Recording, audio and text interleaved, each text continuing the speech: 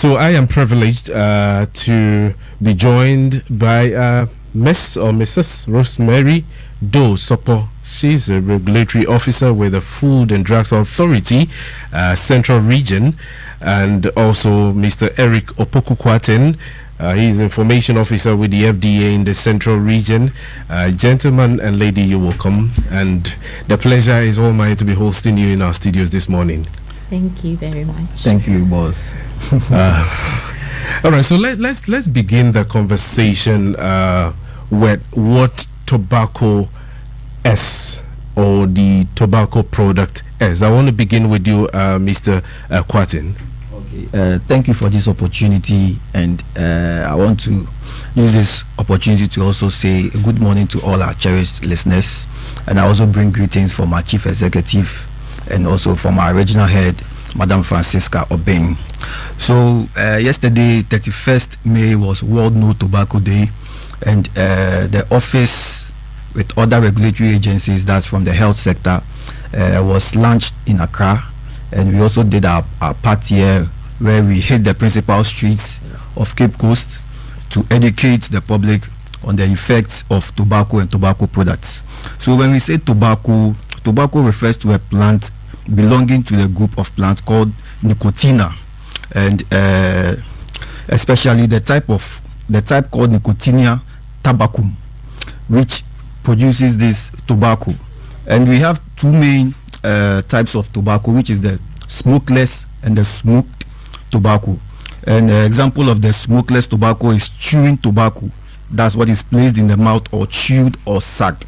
There is no need to see the smoke, but you can sometimes also snuff it. That's why we have the sniffed ones.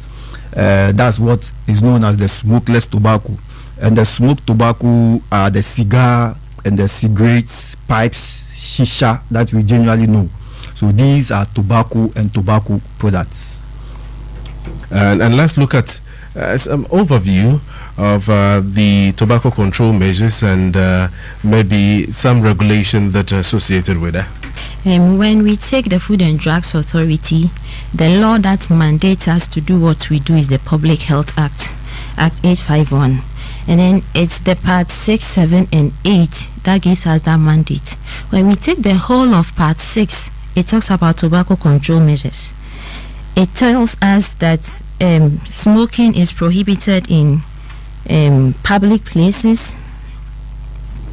When you take another section of the Act, that is Section 59, 60, and 61, talks about the advertisement, promotion, and sponsorship of promotion and tobacco-containing products. You would realize that in times past, we used to have a lot of advertisement on tobacco. Let's say Miss Ghana, it used to be sponsored by tobacco companies. You would see a lot of huge billboards in town.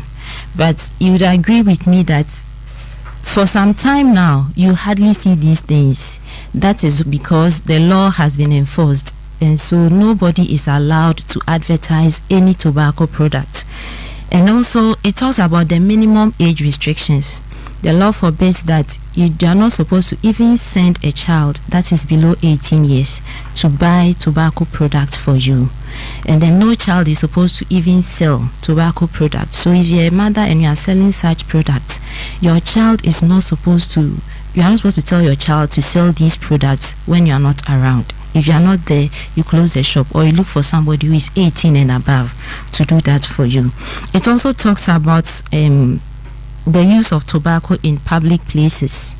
And so you see that most of these public places, we have no smoking signs there, that we are not supposed to smoke there. If a public place you are supposed to have, you want people to smoke, then you should have a smoking section.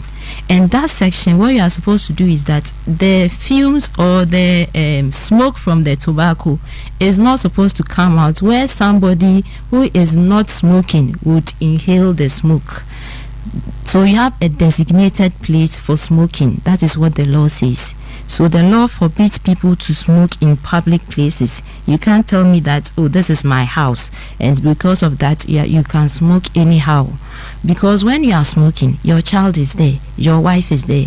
Those people are called passive smokers or second-hand smokers. When they also inhale the smoke, it causes harm to them, and so you are not supposed to do that.